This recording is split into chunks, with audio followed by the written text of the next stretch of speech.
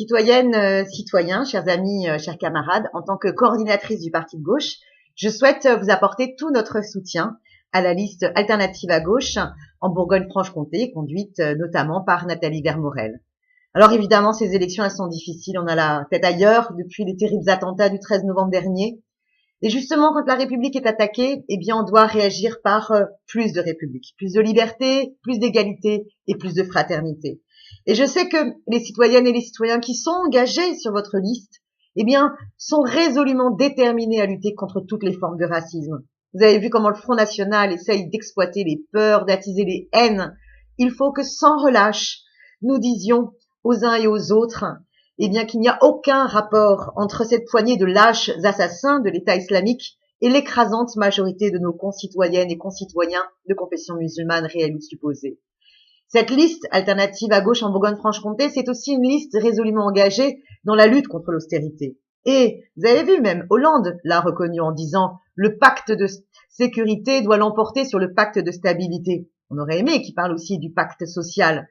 Eh bien, face à ces attentats, la réponse qu'on doit donner, c'est plus de services publics, plus de moyens pour la police, pour les renseignements, mais aussi plus de moyens pour nos services publics de santé.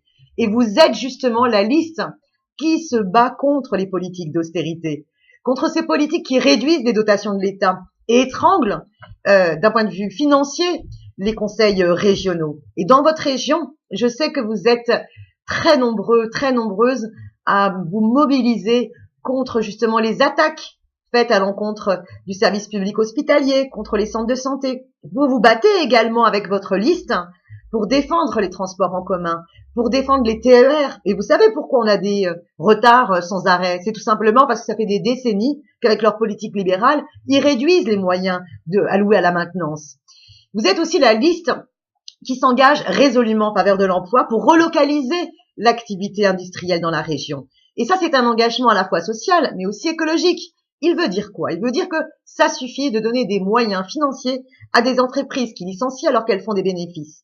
C'est aussi une volonté de faire en sorte de réduire les distances domicile-travail, de lutter contre la mise en concurrence entre les territoires d'une même région et entre les différents territoires de la République, et avoir aussi une bataille écologique pour repenser notre mode de développement. Vous êtes justement la liste qui prend en compte tout l'enjeu de la question de la bataille contre le réchauffement climatique. Vous avez vu les belles mobilisations citoyennes qu'il y a pu y avoir ce week-end, malgré les interdictions de manifester, ces restrictions des libertés instaurées dans le cadre de l'état d'urgence, dont on se passerait bien.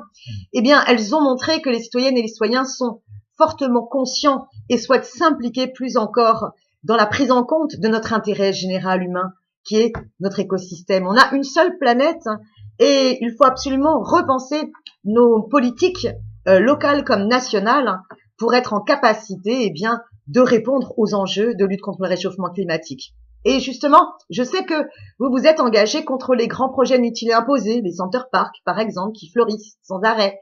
Vous êtes aussi mobilisé pour nos biens communs, pour remettre l'eau en régie publique avec la gratuité des premiers mètres cubes d'eau, pour sortir de la logique du tout un incinérateur et estimer que nos déchets sont aussi nos biens communs et qu'il faut les sortir de la mainmise des multinationales et au contraire engager la région dans une démarche de zéro déchet non recyclé. Vous êtes également une liste qui s'engage résolument, que ce soit sur ces questions sociales, que ce soit sur ces questions écologiques, une liste qui s'engage en faveur de l'implication citoyenne. Parce que qui est le mieux à même de défendre l'intérêt général? C'est pas les intérêts privés, non, c'est le peuple.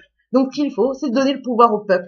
Et votre liste, elle est à la fois constituée de nombreuses citoyens et citoyennes, mais elle souhaite également, eh bien, changer la façon de faire de la politique à travers l'Assemblée régionale représentative, mais aussi en s'engageant dans une charte éthique qui notamment dit clairement le cumul des mandats, ça suffit. Et nos élus, eh bien, ils ont l'intention de rester des élus militants, des citoyens qui continuent à être impliqués sur l'ensemble des territoires, des élus militants qui lâchent rien. Et là, il y a vraiment une bataille à continuer et à poursuivre. Parce que vous savez, on est très attaché à justement pouvoir enfin renverser la table, changer les règles du jeu, passer à une assemblée constituante qui puisse permettre de dépasser enfin la 5e et instaurer une 6e République. Cette bataille-là, ce sera celle de 2017, ce sera celle de la présidentielle. Et donc là, ces élections régionales, c'est le dernier rendez-vous citoyen.